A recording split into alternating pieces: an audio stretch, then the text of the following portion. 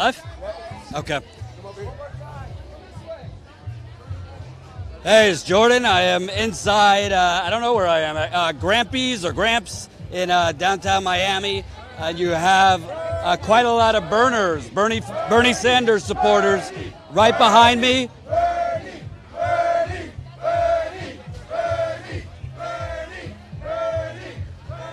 So they're doing a group photo, I guess, after the second presidential debate was just wrapped up.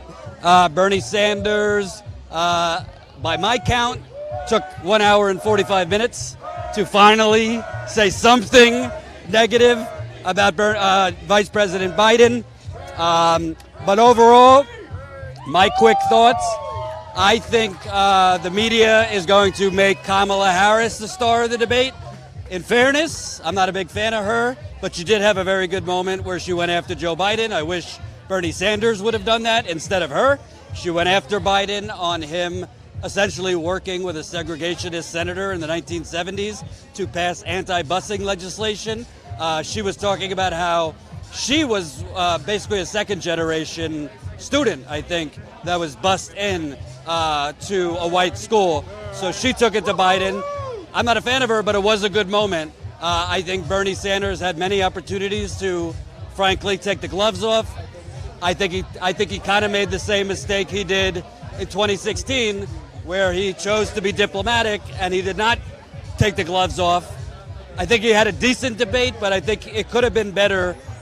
He could have went after Biden on telling Wall Street last week that nothing will fundamentally change under his presidency. He could have went after Biden on NAFTA, TPP, many other things. He chose not to. But we'll see. I don't know. I'm not spending my time watching cable news coverage, so I think they're probably going to prop up Kamala Harris and her performance. I thought Bernie did it okay. I think, to me, it was Kamala Harris, Bernie Sanders. That's about it. I think Joe Biden, I'm not just saying this as somebody that does not like Joe Biden. I'm saying this as a neutral observer. I think that was one of the worst debate performances I've seen in probably 7 or 8 years of me covering this. He literally said, Ty said it to me, I didn't hear it at first. He literally said, my time is up. The campaign commercials write themselves. He chose to cut himself off. The moderator didn't cut him off. He just cut himself off saying, my time is up. You cannot get any more Freudian slip than that when he said, my time is up. He also made this weird statement that it's not the NRA that's our opponent, it's the gun manufacturers, as if the NRA and the gun manufacturers are different. So he also, frankly, didn't have an answer when Kamala Harris went after him for his working with a segregationist senator on anti-busing legislation. More importantly, I don't mean this in an ageist way, I really don't, but he just was lacking energy. You know how Trump says, like, what did he say? Jeb Bush lacks energy? Biden just seemed kind of like it was nap time. I don't mean it in mocking old people. I mean it like he just didn't bring it. Whereas Bernie, I don't think Bernie took off the gloves. I think Bernie should have been a lot more forceful. With that said, he was loud. He brought it. He just didn't bring it against Biden. It should not take Bernie Sanders 1 hour and 45 minutes to say something about Joe Biden's vote on Iraq. It should not. So that's what I think. We'll talk to some people here, get their thoughts. Hold on, let me see something. Hold on, 1 second.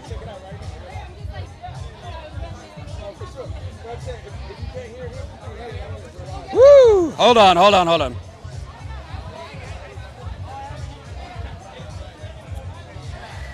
Okay. You guys got a minute here? Come on over.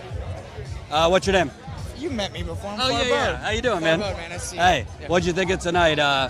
I was just telling my audience, I wish Bernie would have taken the gloves off a little more. Took him a little while to point out anything about Biden's record. But what were your thoughts? Well, a lot of other candidates seem to have done that, which was nice to see. I'm glad he brought up the Iraq War vote. I think that's one of his strongest issues that he can stand by. The fact that he was, the only senator, maybe there was one other, if I remember correctly, but Biden voted for it. So how can you defend that? It was infuriating, especially because both of my parents are from Iran. So about 90% of my family does live there. My mom does not sleep at night. She's worried about we're going to go to war with Iran. What they did to Iraq, they're going to do to Iran. And so it's great to see someone like Bernie, who has the record of voting against these type of wars, who will stand firm and say, I will go forward and not vote anymore again for these type of wars. It wasn't really a surprise, but the first question was to Bernie, are you going to raise taxes on the middle class? I know. And then it was almost like they were asking other candidates questions to make him look bad. Right. Hoping that they would, it seemed like it's not even subtle. NBC was straight up going after him. Not surprising. We all know what Comcast owns NBC. Comcast is a huge political donor, right? So, of course, they're going to try and get a gotcha catching for Bernie right off the bat. But, I think he did a good job combating that and saying that, and he saved it for last, but he did emphasize the fact that the middle class is going to save money with not having to pay with co-pays, deductibles, premiums, right? That's an important thing that they try and not think about, right? So, okay, you pay a little more in taxes, but overall you're going to save money. So what? Hold on one second. Sure. I need you all, remember, I need you to smash the like button. If you're watching on your phone, get out of the live chat for a quick second, press the thumbs up. The more people that press the like button, the more people that will see the live stream. So, another thing, I'm honestly not saying this as somebody that on a daily basis goes after Joe Biden. I thought that was one of the worst debate performances. First of all, he literally said, he cut himself off and said, my time's up. I know. The campaign attack ads write themselves. He said that the NRA is not our enemy, the gun manufacturers, like it's a different thing. And he also, I don't like Kamala Harris's policies, but I thought she had a good moment where she went after him, and he had no answer. Right. Yeah, when she brought up the fact that that issue affected her when she was a child, that touched a little home there. I'm not really white, so I could understand that perspective. But it was interesting seeing that.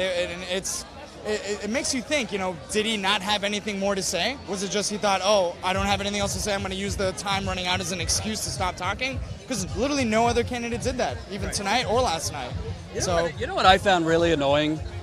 I just find Eric Stowell annoying, period. But he kept on using these slogans that I think were put in his mind by his team, like, pass the torch, pass the torch. Or he said, the first thing I'm going to do is break up with Russia and make up with NATO. I just want to get your thoughts, because it was just really kind of cringeworthy to me. Some things he said. I thought Michael Bennett was also a net zero. Right. Yeah, you want to talk about identity politics, you could use ageism as a form of that, right? And you want to pass the torch regarding age. How about passing the torch regarding ideas? Pass the torch to someone who's not going to just fall to the wayside on special interests. It's infuriating. It's infuriating. It's not about who's youngest or what age group you fall in. It's about what ideas you have in your mind and what record you have to go and to show for that. And when you bring up identity politics, Chuck Todd, another kind of gotcha question against Bernie was Bernie, you're talking about that age should not make it. It's not about one's gender, sex, age.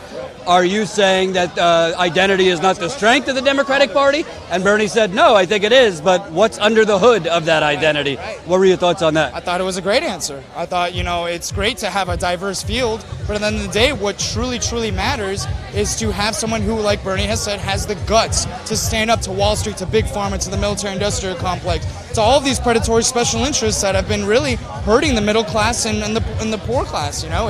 It's infuriating, but that's where identity politics falls in, and we just got to be smart enough and keep people educated on the actual issues that really matter. And again, diversity is great, but there is more to it than just that. And I'm not really big on who's up, who's down. I personally think Biden's going to move down a couple notches after this. I personally think, whether I like it or not, Kamala might get a little bounce. I'm pretty sure Bernie might stay around the same.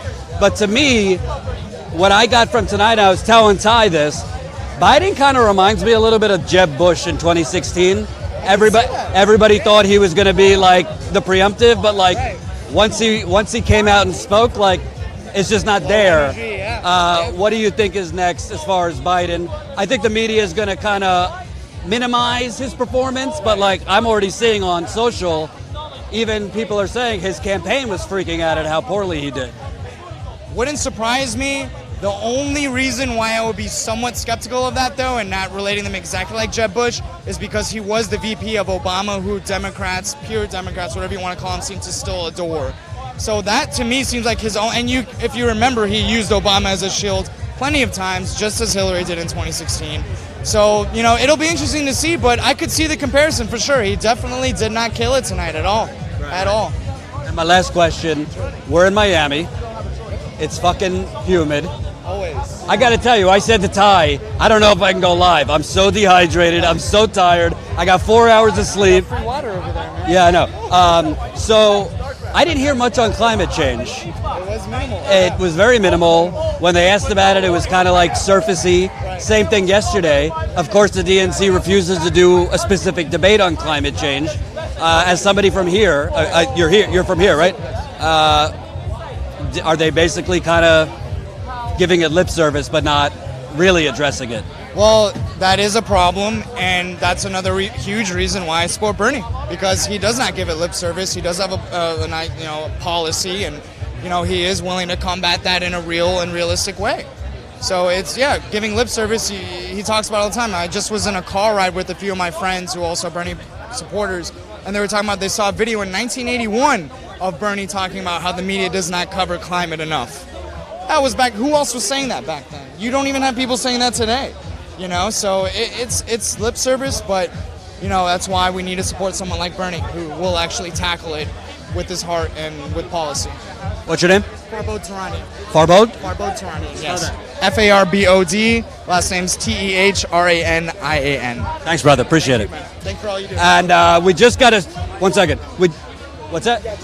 Oh, thanks so much, man. I appreciate it. Thank you. 1 second. 1 second while I Marco Rubio this shit.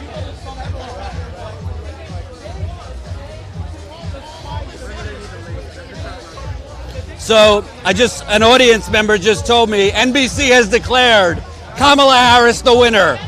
And the crowd goes wild. Not surprising. Hey, I'm not going to lie.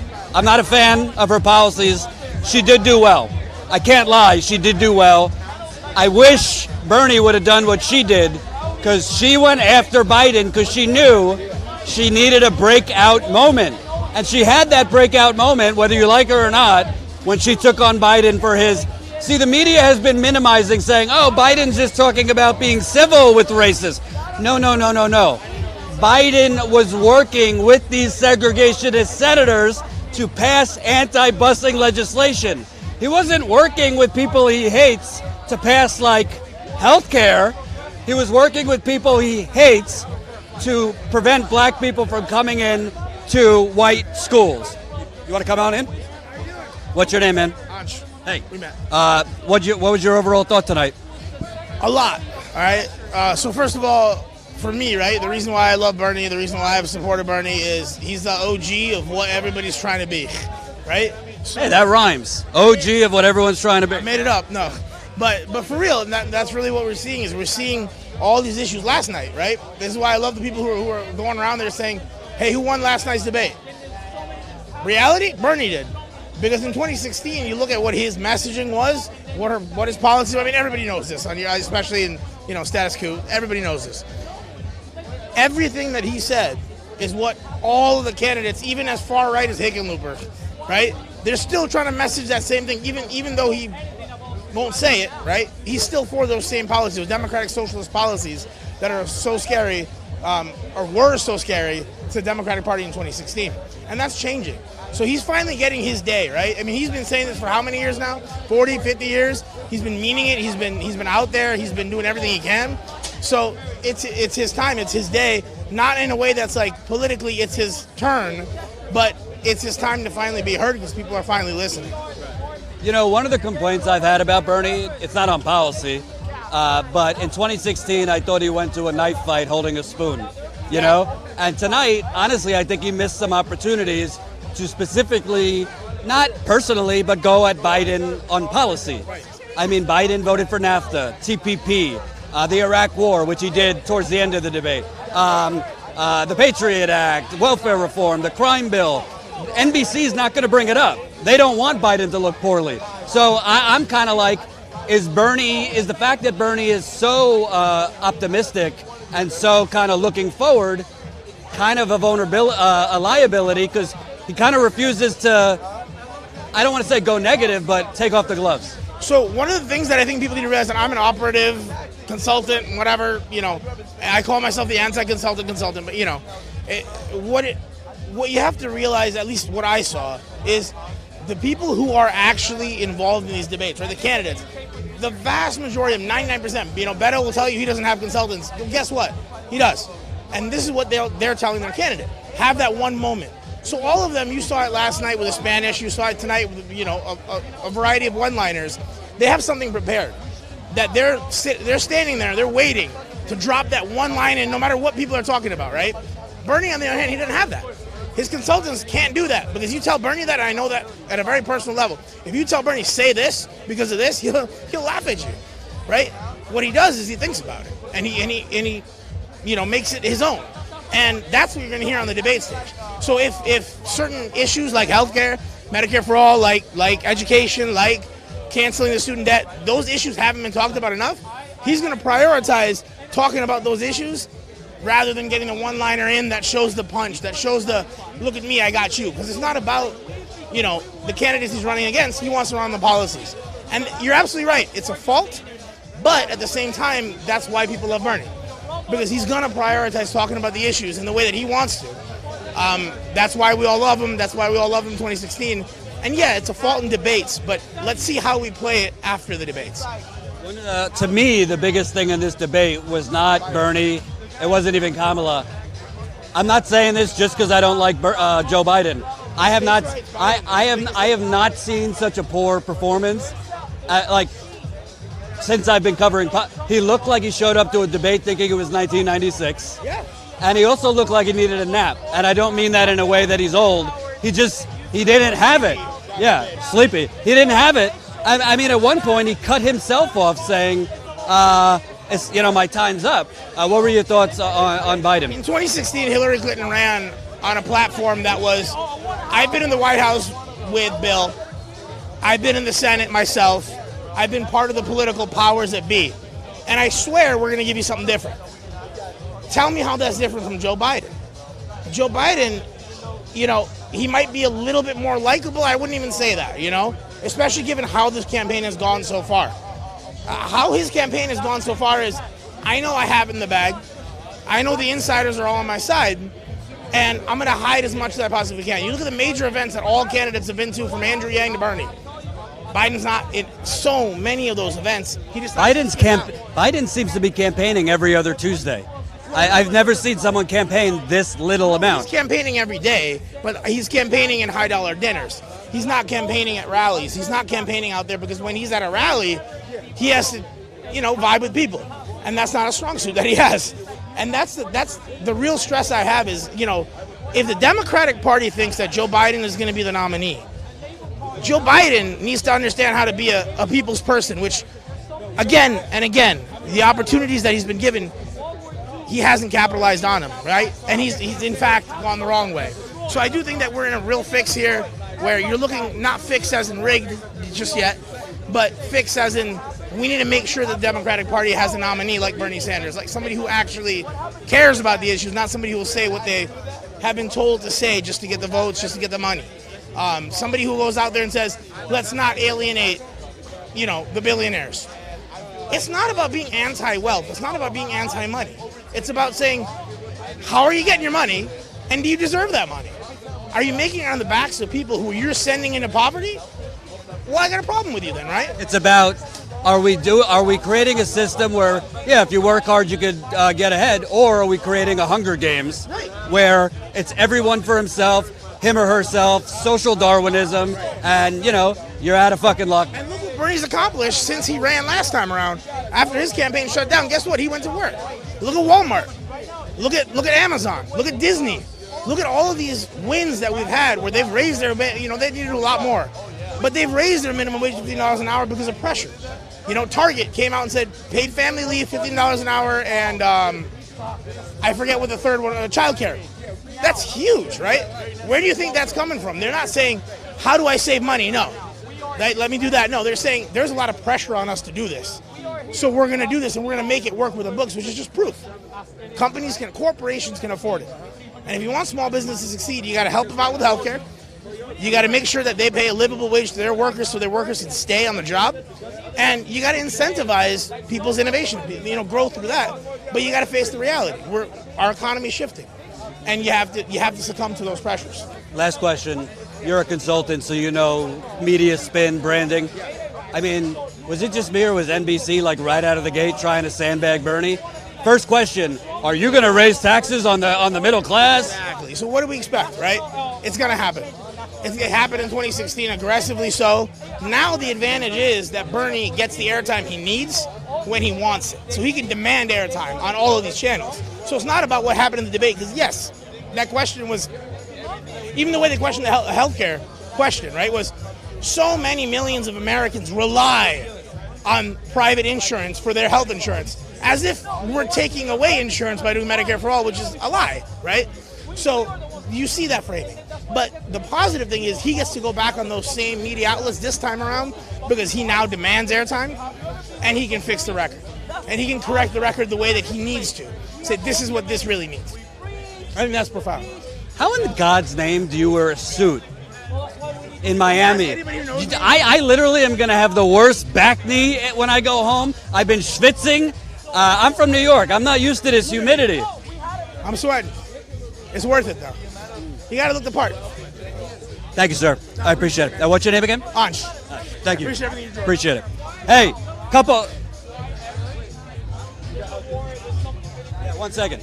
Couple reminders to the 700 people watching. I'm taking off my glasses.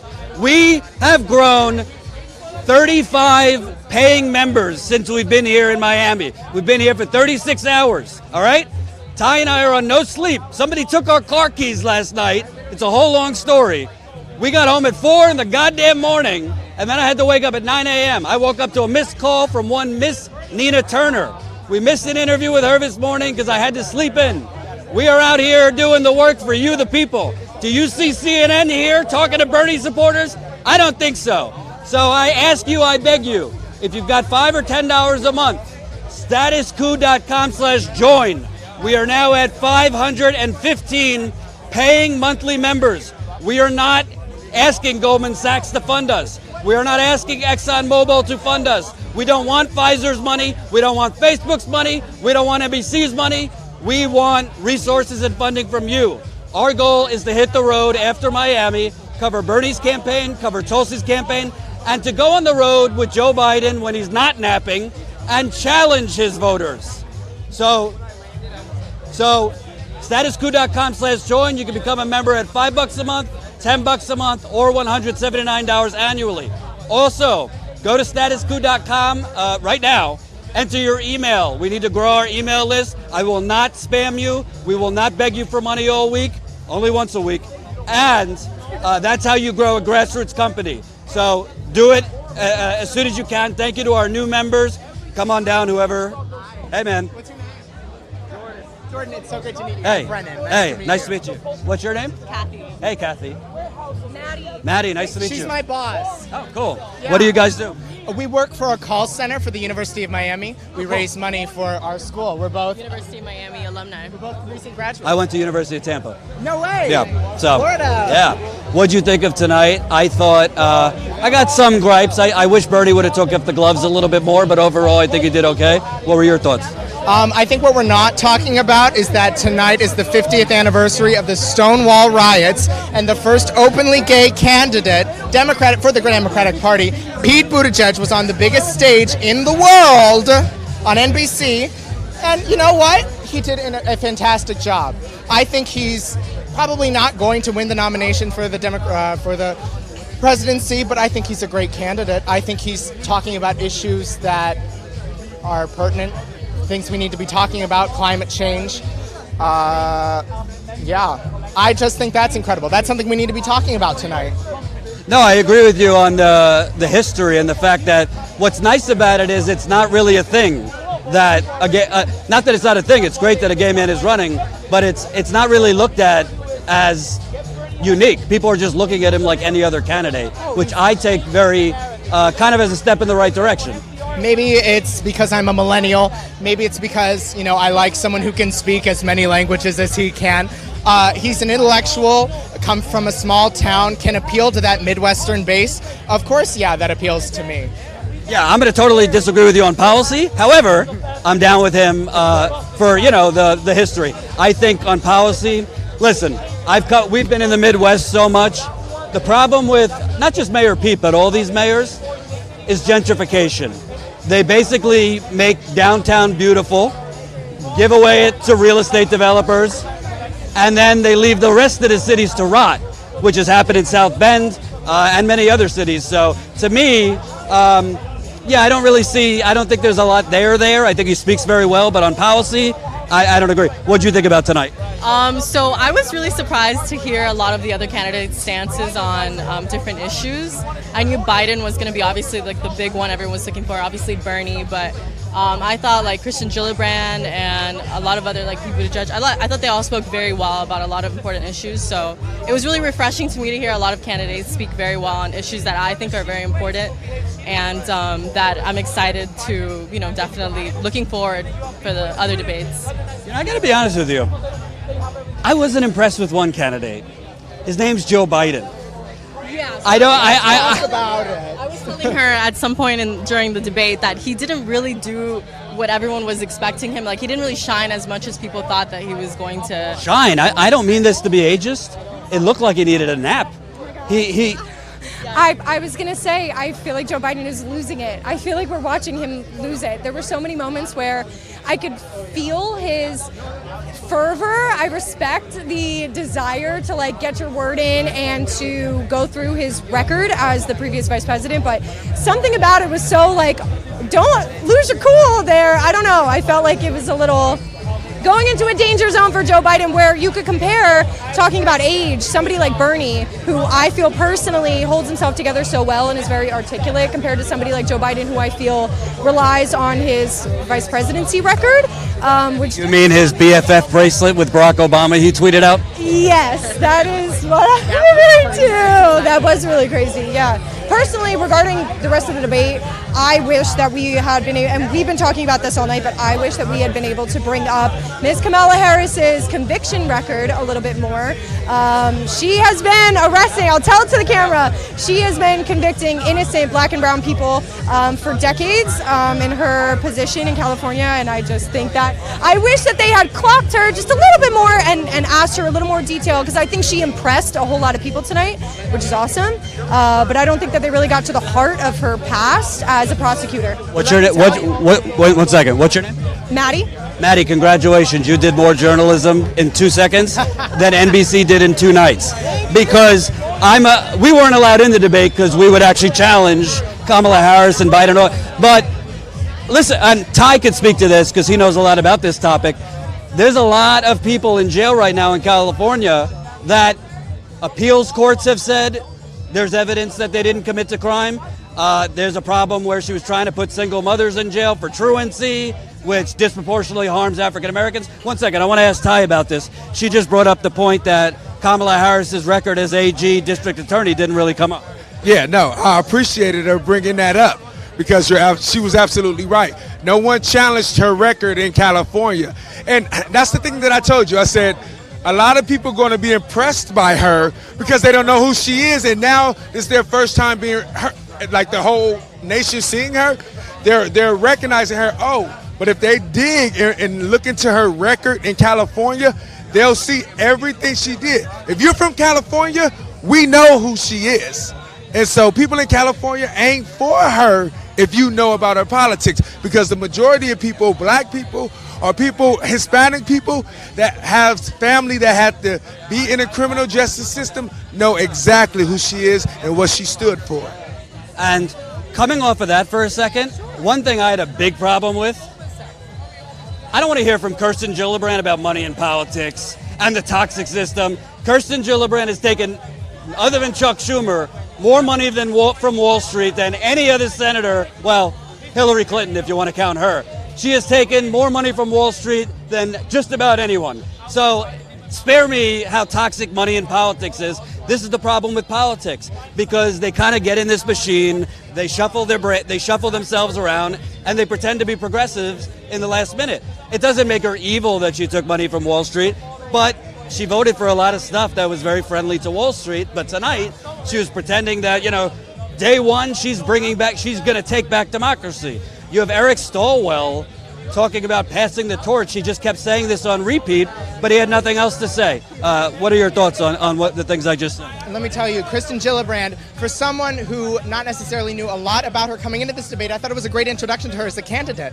I do disagree with you about Joe Biden not shining. I thought his forehead was shining from all the sweat that Kamala Harris was giving him.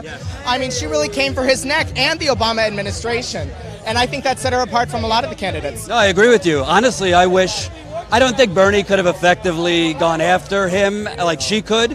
I mean, what she said about her being bussed in was very powerful. I have problems with her policies, but you can't make it. I mean, it was viral, no doubt about it. And I thought that was a great moment. And I think Biden was kind of just like trying to pick up his jaw off the floor. Another moment that I found pretty interesting was when you look at Kamala Harris, yes, she kind of went back on Biden 2 or 3 times. It was like somebody told her, like, if you don't have a breakout moment tonight, like, because she's kind of been in the single digits for the last few months.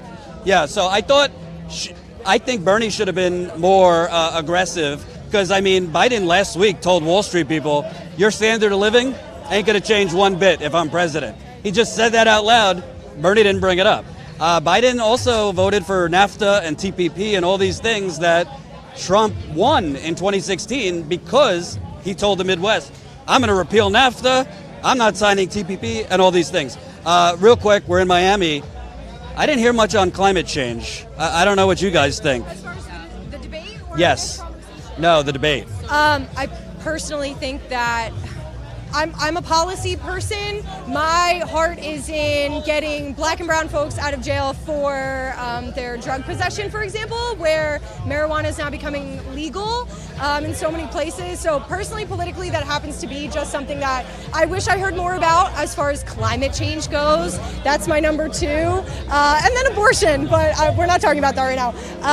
Another thing, sorry. No, go ahead. In 1974, Joe Biden said, I do not believe a woman is the sole person to decide about her body. I'm paraphrasing, but in 1974, he did say a woman is not the only person that should decide about her body. This did not come up tonight. I don't really care that it was in the 1970s. He was 30-something years old. You kind of know right from wrong. And he said that in the 1970s, so I think that's important when it comes to the abortion discussion. I agree. That's an issue that's huge for me personally. I could never put my vote down for a candidate that doesn't believe that a woman has the right I take it very personally, because who is anybody, especially somebody who doesn't have the capability to be pregnant, who can tell me that I don't have the wherewithal to make decisions about my own body? Somebody put it, I've seen it online, so I hate to not quote a source specifically, but some people don't like abortions, some people don't like children, and that is the whole argument. I believe that should be the simplicity of the whole argument. Let me tell you something. Sure. If you were a United States senator and tried to pass legislation to tell Joe Biden if he could have a vasectomy or not, they would scream bloody murder. That's right. Well, I always say that if men could get pregnant, Planned Parenthood would be around here like gas stations. You could get abortion pills from a vending machine. So I truly believe it's a gender issue and it's a sex issue. And it's been this way in politics for as long as any of us can remember. Women have just always kind of been seen as subordinate and without the knowledge and, like I said, the wherewithal to be able to know what's best for their own bodies, their future, and their families. So, what were your thoughts on? change the battery. You want to wrap it up like that? Because I gotta change the battery. Okay, yeah. Well, So we actually have spoken a lot about the whole abortion issue and reproductive rights and all of this. So I think she articulated very well what my stance is on it as well. It's a very gender issue in my point of view as well. It's not about what people should get to tell us what to do with our bodies, because it's not only our bodies, but it's our opportunity to either have children at that stage or have the opportunity to do other things with our lives. it's also a race issue because they're trying to close down. Yeah, so it's much more than just having a baby. It's everything else in our lives. We don't get it. We need the opportunity to do what is right for us in that moment. So yeah. Real quick, because we got to change batteries. Final thoughts. I think time's up. The women were the ones who really shined over these past 2 nights. Elizabeth Warren killed it last night. Amy Klobuchar, with her comment to, you can't even remember his name, about abortion rights. Tulsi Gabbard really shined. And tonight I thought Kamala Harris and Ms. Gillibrand did a fantastic job. Time's up. It's time for a woman in the White House. Thank you, sir. Appreciate it. Thanks, guys. Appreciate it. Thank you, Jordan, so much. Yeah, absolutely. So we got to change battery? Change the battery then. The guy from Germany who knows about... Okay. So do I need to tell the audience? Tell the audience to go change the battery just a half a second. All right, we're changing the battery, so give us like 5 seconds. Woo! How you doing? Hi, Matthias. Hi. Nice to meet you. Nice to meet you. What's your name? Jordan. I was in Germany. Yeah. I was in. Next time you go to Munich, it's fine, fun city. So great one, yeah. Cool. Let me know when we're back. Okay. So it's Jordan. I was just with 3 folks. They might have been open to some candidates. I'm not, but we talked to everyone here. And I'm with a fine man from Germany now. You're the person I want to talk to. How are you standing? I thought single payer is a tyrannical, socialist. Oh, I thought Medicare for all, socialism is tyrannical. You'll be dying in the streets, and we just can't do it. How are you here, standing here? Let me talk from a starting perspective. You know, I'm with my friend Florian. I'm here from Germany, from Munich. We are doing an RV tour in Florida. And what we met, we have been on the camping grounds. We met the people from every part of the society. Let me say one thing. You have a great society seen from objective perspective. You have people that want to work, they are willing to work, like they focus on their thing. But you know, in Germany we have healthcare organized by the government. We have education organized by the government. And this is not a bad thing, because if you're here, you have the full competition. If you're down there, you have a hard way to go up. You need to pay the healthcare and everything on you need to build it up from yourself. And in Germany, from a birth point, you start equal with everyone. You have the same chances. And this is what I think is important for US too. Get this back to your culture again, because what is your great chances? You have a multicultural society. You have integration from a beginning, and the people want to do something in the country, and that's, I think, something great. You should push more. Give everyone the chance to do what he wants and to do the best. You know, well, I think something you said is really important, because Bernie Sanders has made the point, and I've heard other people in America that endorse Medicare for all saying, are you really free? America's about freedom. Freedom. Are you really free if you have to stay in a job for health care, to keep your health care? Are you really free if you can't be an entrepreneur because you don't have health care? Are you really free, basically, if you're at the mercy of pharmaceutical companies or hospitals? I'm asking you a question. Is health always something you decide? No. Is education something you decide? No. So, you said, you asked me, I asked you, so perhaps this is the answer of the story. I would say for the 750 of people watching right now, majority people have very little choice in their... What I also want to add, at a certain point you have some choice on your health. There are certain diseases that you can like you can give a direction to. It's not all genetic, but something. There's a certain degree that you can't control, and in the end, it's I think important to get good people in top levels of the management of a state, and if you are good and you don't get the chance even to get to a certain point, you're done. So let me ask you a question, because somebody was texting me during the debate saying Bernie is talking about healthcare for all in all these other countries, but we have 330 million people here. You know, Great Britain, for example, might have 60 million. I don't know how many people Germany has. And I said to the person, population has nothing to do with it. The difference between government healthcare and private healthcare is in government healthcare, the government can negotiate prices. So it really doesn't make a difference if they're negotiating prices for 60 million or 330 million people. Tell me about Germany, for example, with that. I think government has to take responsibility. That's the point. If they say we take responsibility for the right points in society, then we are succeeding. If they say healthcare is something not profitable for the state bank account, they won't do it. If they say healthcare is something I need to focus on because it's important for my society, and my bank account, in this point of view, I don't care that much than, for example, for, let's say, other topics. I don't know what exactly, but healthcare is a very important thing, and also education. And if they say I'm focusing on these two things, and if the balance is not plus, okay, but I can skip off other parts that I'm not that, perhaps shouldn't have that much interested in. It could work. And in Germany and in other countries like Germany, correct me if I'm wrong, but the mentality of the government is if we basically make education free or very inexpensive, we profit off of that later because we have a more educated population who's more productive.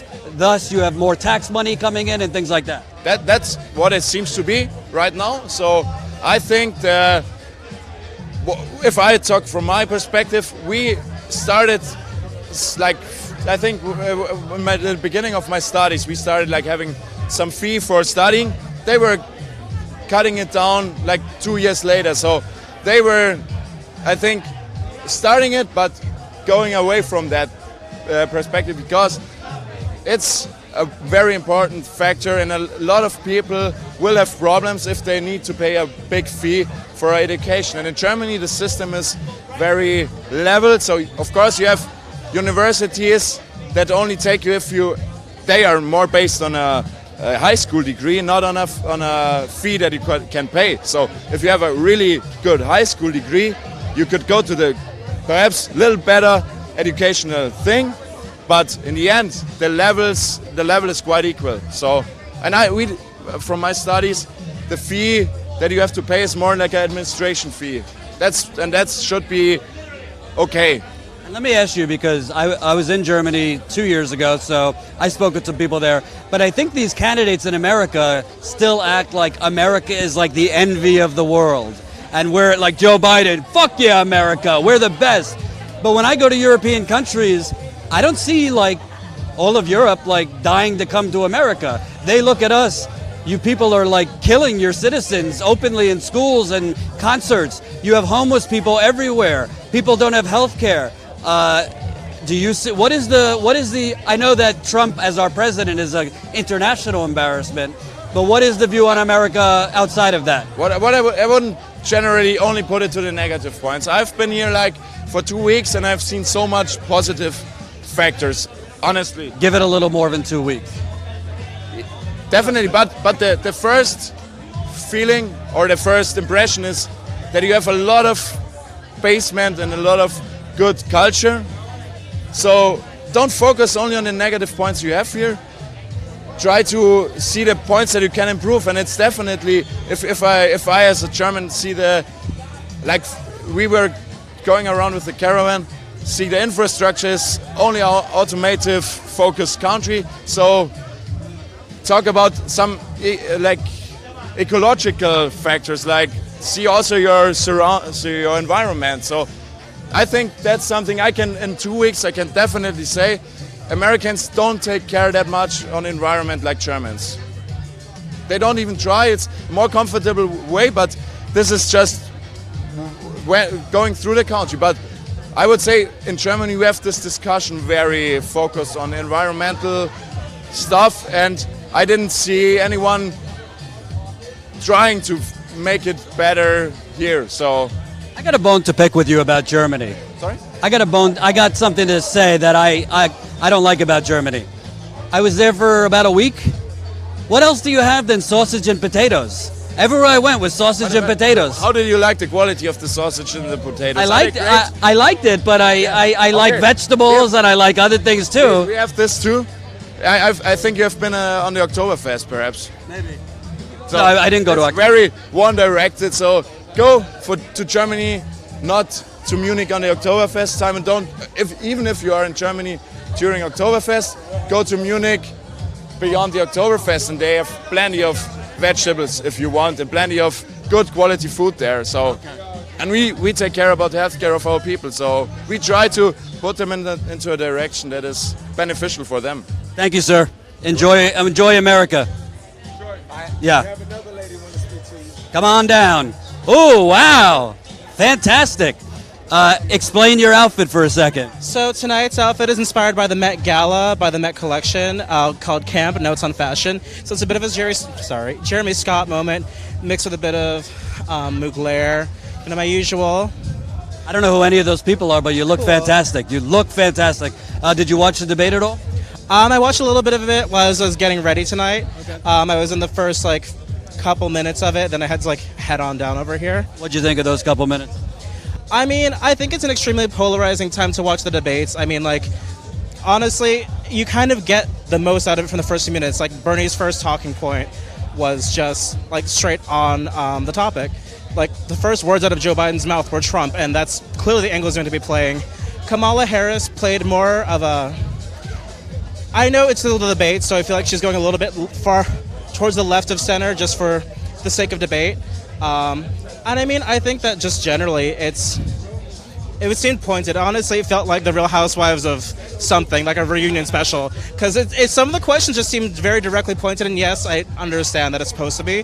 But some of them just borderline on that, we're trying to get ratings, kind of thing. Get a viral answer or something. Yeah, exactly. Ask an extremely pointed question, oh, Bernie, you said 30 years ago, blah, blah, blah, blah, blah, that you advocated for murder of dogs or something. Oh, that's going to be taken out of context by some right-wingers. What are the key issues for you that you, that are the most important to you for candidates? I mean, I'm looking at mostly, foreign policy is a huge thing. I think on most of the fronts, Bernie still has my votes, but foreign policy may be a bit of a clincher between him and Tulsi Gabbard lately. A lot of people I speak to want them together somehow. Absolutely. I'm thinking that if Bernie gets the candidacy, Tulsi would make a great Secretary of Defense. I know that's a bit old-timey to think about, but as a queer brown person, I genuinely am not looking as much at diversity, I understand diversity is important, yes, absolutely, first and foremost, but at the same time I'm looking at policy. I'm so fucking happy you said that, because you missed it. Chuck Todd said to Bernie it was a bad thing, hey Bernie, you're talking... Oh, yeah, I was in the car when that happened. Chuck Todd saying to Bernie oh, you're saying that age shouldn't matter and gender shouldn't matter and blah blah blah. Bernie was there marching during fucking segregation, and where was Joe Biden?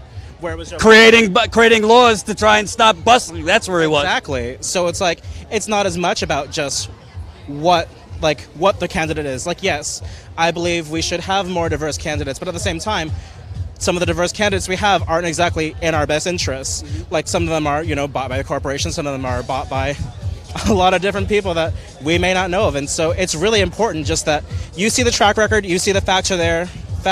I mean, it's such a more or less kind of right wing is saying it, but I just really care about what the facts are in this situation. And to me, personally, I don't really care if you glow in the dark. If you don't believe in universal health care, if you don't believe in free education, I'm not for you. I mean, that's what I say. Yeah, exactly.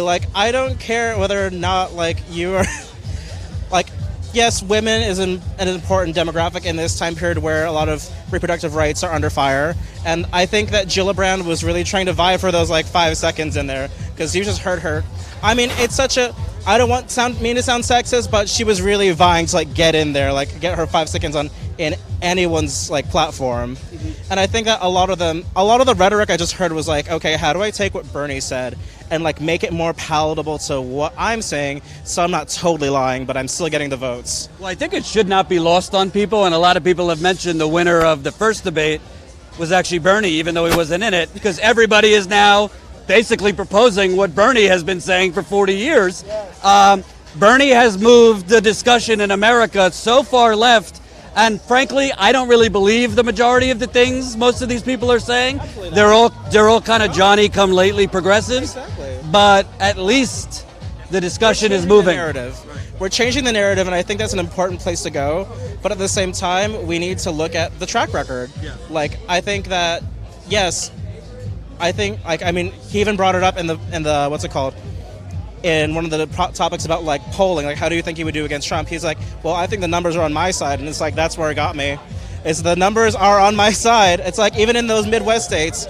I mean, I think it's fucked up today. I just read this thing about how gerrymandering has been like the Supreme Court today basically decided to not weigh in on gerrymandering, which is going to allow basically gerrymandering to continue. That only helps Republicans. Yeah, exactly. Like a lot of these historically have benefited like these right-wing candidates because it's been their ace in the hole. They know they're not going to get votes based on platform alone. Like, I think in the current climate we're in, where Trump has radicalized people, I think it's also the sense that we should look at what kind of led to this radicalization. Like, yes, he's given them a platform, but at the same time, this didn't start yesterday. I mean, to be completely honest, Obama deported more than like more immigrants than any sitting president throughout history, and there were cages with children in them before. Yeah. It's just now this is being publicized. Like, I mean, this is only like what 4 or 5 years ago that this was happening, and people weren't paying as much attention to it. It was happening. It's just now. This is like the Waterloo that Trump has to fall on. And of all the platforms and policies, like 1 week he'll say like we're going to war with Iran, then he's like, oh JK, no war with Iran.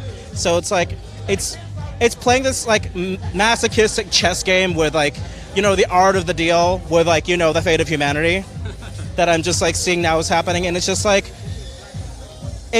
you don't get the depth of how much weighs on this current election. Like, yes, I want to tell people to vote, but it's like, how much can we realistically do? Like, we're in Florida. There was a recount like for governor and senator, I believe, because of how, I mean, I'm in Broward County, and Brenda Snipes has just been like, Brenda Snipes just got ousted as the one that rigged the election for Debbie Wasserman Schultz. Exactly, and I'm in her constituency. I live in Debbie Wasserman Schultz's constituency. I think she's a crook, honestly, because I mean, what she did with the DNC is entirely illegal. Like, we could have had a Bernie like candidacy at least, and that's what I think that he reaches out to Middle America, and why he connects with the modern voter is because he understands what we're really looking for. We're not looking for a corporate middle of the ground.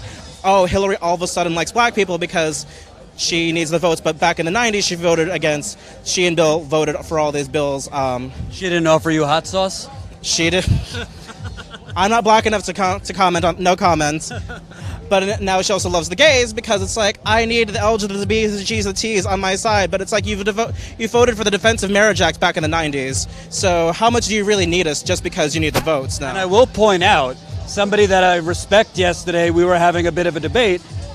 Bernie Sanders in the 1980s was the first mayor in America to have an LGBT rally march at the height of the HIV epidemic and hysteria. So, you know, the person said to me, so what? It was in Burlington, Vermont, not exactly brave. This is still a time where prides weren't really happening. Like, we're, like today, actually in a few hours is really like the 60th anniversary of Stonewall, which is such a watershed moment for the LGBT rights movement. And I mean, as much as I'd like to see an LGBT candidate by Pete Buttigieg, I think that Buttigieg still has a lot more to go on the issues before he really gets any like solid grounding. Like, he's been very middle of the road. Like, if you look at his policies, super centrist. It's like, we don't need another centrist candidate. As you've seen through the debates, we've got plenty of them who are now hopping on the Bernie bandwagon and saying, oh, I'm radical now. I'm a leftist. Well, the media likes to say, well, who needs Bernie anymore? He's brought everybody over. Why doesn't he pass the torch? That's what the congressman kept trying to say. Pass it to the next generation type shit. Well, how about I don't pass it to the next generation because I don't trust that you're going to follow through on any of it. Yeah, exactly. We've tried to pass it to a few generations, and the boomers kind of failed us on that one. He's one of the few boomers out there. Probably he's a boomer, right? Yeah. Before I make any statements that go in the media, he's probably one of the last boomers to really hold out for that, because I think that a lot of that generation just got so disillusioned by late capitalism and the idea that they'd achieve the American dream. My family are all immigrants. And they've it's one thing to be super leftist in this country, but it's exhausting to really hold any political value. A lot of people just fall to the wayside. Right. And last question. I was looking at Joe Biden tonight. I honestly don't know what the hell he was talking about. He just didn't make a lot of sense. He said the NRA is not our enemy, it's the gun manufacturers. They're the same thing, basically. He said he actually cut himself off. You missed this part where the debate moderator didn't cut him off. He just said, oh, my time's up, which was shocking to me. Yeah, he said that. And basically, he was talking about income inequality, but he's the one doing all these fundraisers with Wall Street, and Wall Street's the one that has basically hoarded all the money to the 1%. What are your thoughts? Because the media has obviously been propping him up. Oh, absolutely. I've been seeing a lot of him as just he's this remnant from the Obama era that's trying to make a comeback, but as with you see in horror movies when the dead come back to life, it's usually not a good thing. It's that kind of situation. I think that in his time period as a vice president, he really didn't have much to show. We're talking now in the Pence era, so it's now there's even less to show, but I think that his track record hasn't been the most pro-black, the most pro-LGBT, pro-women. He's a middle-of-the-road Catholic who just likes to fall in the center. And I think the Obama presidency definitely ramped him up. I wish I had a bingo thing ready to say okay, what's he going to talk about the Obama presidency and how much he did for that one? Because he really didn't. And I think that when he actually hears himself talk, the logistical fallacies start to kick in. A lot of what he thought he said and what a lot of the sense he's trying to make doesn't actually follow through. And I think that that's the one thing I like about some of these candidates like Bernie, is that they can follow through on the logic of where they're going.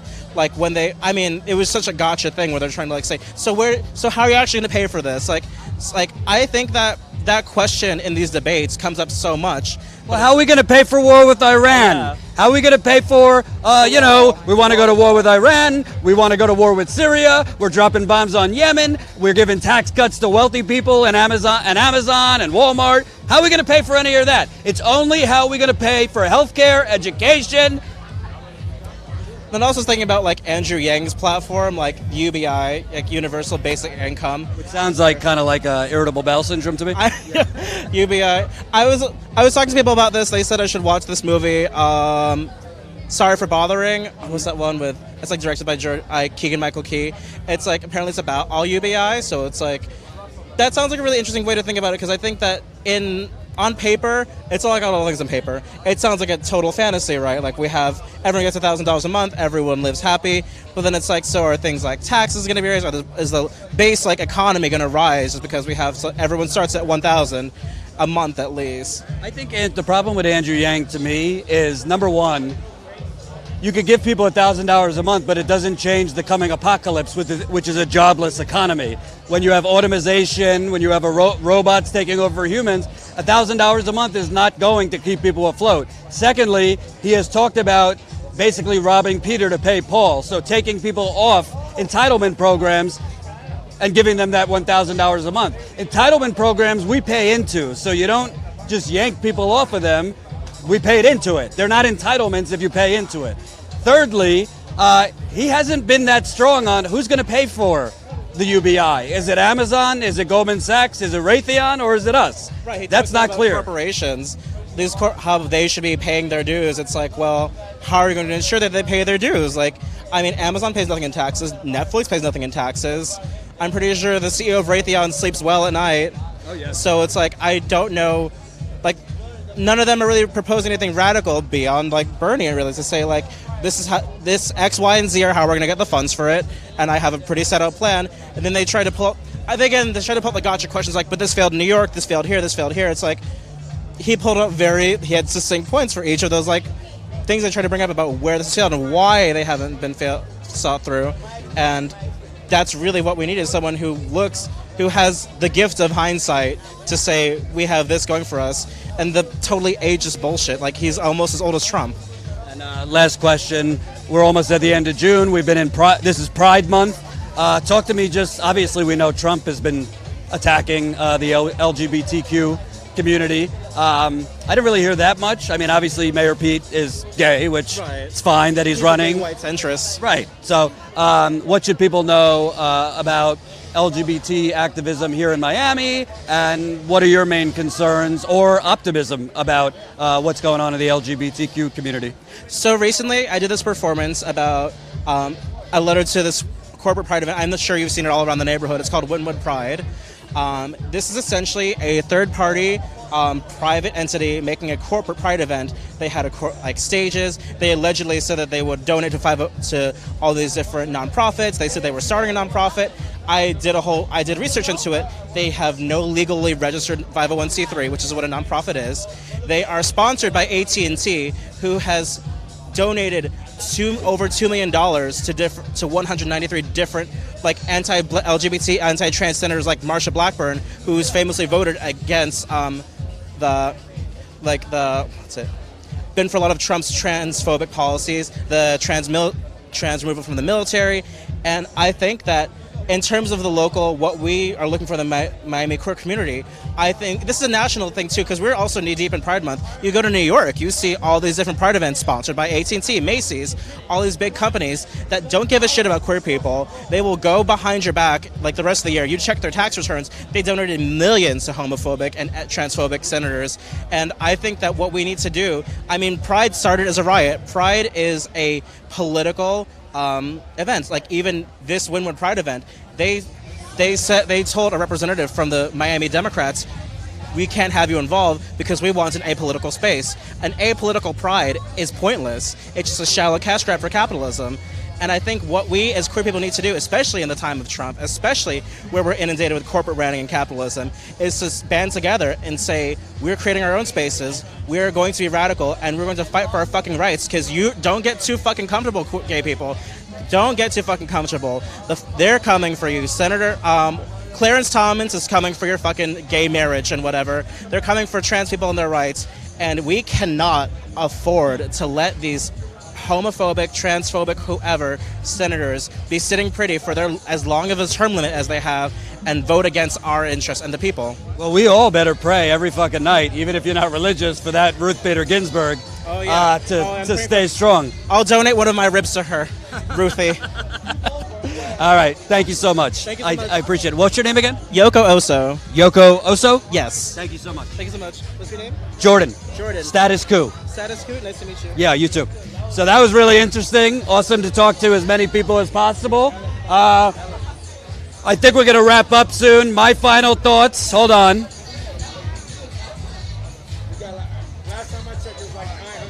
Wow, we got maybe I won't wrap up. Maybe we'll freestyle and have a rap battle here in Miami. My final thoughts. We got. Oh, I don't even know. We got a lot of people watching. Ty and I have been here, for not even 48 hours. I think that. Hey, you gotta hold the light on. Shit. You should look in there to make sure I'm middle ground.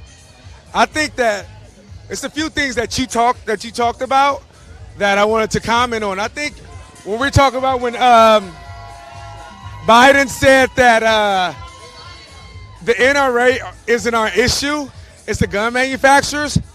That's kind of parallel to someone saying, oh, the drug dealers aren't the criminals, it's the people in Mexico that bring the drugs in. Look, if you break the law, you break the law, right? It is what it is, you know what I'm saying? So no one would say that, though. No one would say, oh, don't put the drug dealers in jail. Don't blame the drug dealers. It's the people that they're getting the drugs from. You guys put everybody in jail, but all of a sudden, the NRA isn't our enemy? No. The NRA is complicit in it. They know what the gun manufacturers say, look, we're going to give you this money, and we need you to push this. Regardless of what your membership says, we need you to push this. And they do that.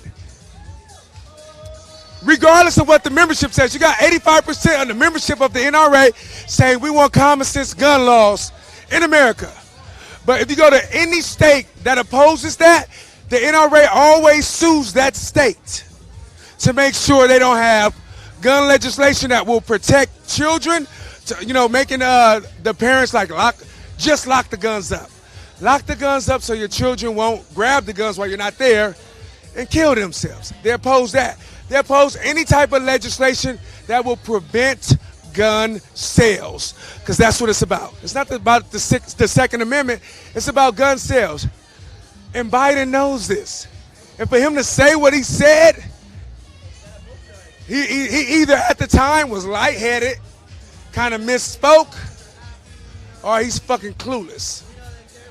I would say he's clueless and he was just speaking his truth. I think it was his truth, and that lets you know. Don't judge a person by their actions. Period, point blank. His actions speak louder than anything. That's all I really want to say.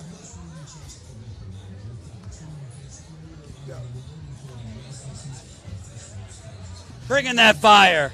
Give it up for Tommy Tahifi. By the way, follow him on the Twitter at Tommy _ You gotta say TOMMIE _ TYHEFE, because he's not feeling the Twitter love. Status Quo has been on fire on Twitter today, so thank you. Follow at Status Quo. Follow at Tommy _ Tahifi. Jen Elizabeth, I think, for Jen. If I'm wrong, Jen, put yours in the super chat. I'm going to wrap up with a few things. Number one, in 48 hours, we've taken it to the Trump people. We've taken it to the DNC. We've taken it to NBC News. We covered the Medicare for All Green New Deal rally. We did a live stream outside the debate tonight where they wouldn't even let us go near any of the candidates' supporters. I've never seen that. In 2016, you could freely come and go to interview candidates' supporters. And a security guard came up to Ty and I and said that was a direct marching order from the DNC telling security journalists cannot go up to the candidate supporters, the candidate supporters holding signs, to interview them. What is the DNC putting everybody in a witness protection program? You think this is how you beat Donald Trump? By basically having these oppressive censorship types of things? It's bad enough you won't let a legitimate news organization into the debate. For God's sakes, I ain't hating on you, Michael Tracy, but when Michael Tracy gets into the debate with a credential and we don't, there's something wrong with the First Amendment in America. I like Michael, but I think we've done enough to get media credentials, but that's the point. We've done enough to get those credentials, and what we've done, they don't like. They don't like us. They don't want myself or Ty even in the same building as Joe Biden or his campaign. Same for Kamala Harris, same for Mayor Pete. Frankly, I have some questions for Elizabeth Warren too. So they don't want actual journalists, they just want corporate stenographers like NBC News and the rest, the Washington Post, and the rest of the idiots that are going to be in the spin room to ask such thought-provoking questions like, how do you think your candidate did tonight? So, whatever, we came down here anyway. We didn't get a credential, but that's okay. Because, like I've said, and I really mean it, status quo is not built on access to candidates or campaigns. We're built on access to people. So we have a radical idea, and it's simply to go out and hand a microphone to people that will never, ever, ever get on CNN or MSNBC, be quoted in the New York Times, the Washington Post, the Associated Press. We believe it's pretty compelling internet to just speak with normal people, because you want to know something? You don't find out the truth of what's going on in America or anywhere by going to talk to pundits. You don't find out the truth by going to talk to think tanks. You don't go and find out the truth from talking to people making six figures in New York, DC, or LA, which is our entire corporate media. You find out the truth by talking to really, really brilliant queer women. You find out the truth by talking to really, really brilliant immigrants and working people. You find out the truth by talking to truckers and working people that are living paycheck to paycheck. I have broken more news in my career getting it from activists and people than getting it from experts. So that's why we have been pushing so hard, and I'm losing my voice and I'm pretty dehydrated, so I hope you see how hard we're working. That's why I've been pushing so hard for you guys to join us in what I hope is truly, I'm not trying to steal from Bernie, we're trying to create a media revolution here, and we're trying to create it through you. So when I went on tonight, we had 515 Status Coup members, which is awesome because when we landed yesterday, when we landed 2 days ago, we had 483. So we went from 483 to now 515. It might be more than 515, and I just haven't looked. So I hope if you don't have $5 to $10 a month, if you're living paycheck to paycheck, we get it. We don't want to make your situation worse. It's okay. Just watch, share, all that good stuff. But if you do have $5 to $10 a month, we have $5 plans, $10 plans, or $179 annual plans. Not only are you supporting us so we can hit the campaign trail, cover stories like Flint, police brutality, economic violence, local candidates, you name it, we want to cover it. But you're also going to get great behind-the-scenes content. From behind-the-scenes videos, we do a monthly video call with our members, our patrons too. It's not just our members. We have 339, I believe, patrons. So when you lump our website members and our patrons together, I think we're at 850. So this is how you grow a grassroots, what I would consider guerrilla journalism unit. We're not interested in like taking meetings with special interests. I'm not sending business plans to like bigwig donors of the Democratic or Republican Party. We are trying to grow one member at a time, and it's a liberating feeling. Let me tell you, it's a really liberating feeling as a journalist when you could just say, hey, Ty, I think we should go cover X, and the money's there to do it. And that's great. You know, I was lucky enough when I was at the Young Turks, I didn't have to think about money. They had the money, and I just went where I thought we should go. Now I do. So I hope you see that we're genuine. We're not asking you to give us money so we could like cover Trump 24/7 or the Russian boogeyman or Stormy Daniels or whatever. We're trying to cover real people, real struggle, real injustice, real corruption. And frankly, we want to expose some corrupt people, starting with the DNC. And let me tell you something, Tom Perez. You ever hear, mama, if you tell your son or daughter don't do something, it's going to make them want to do it even more. Well, let me tell you something, Tom Perez. We got to wrap.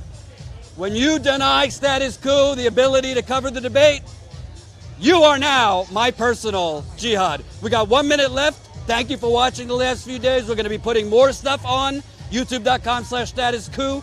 Follow us at Status Coup on Twitter. Go to statuscoup.com, enter your email, and of course, statuscoup.com/join, become a member. Thank you to Ty behind the camera. Jen has been doing a lot of work behind the scenes, so has Colin. Thank you for watching. Peace out. Peace.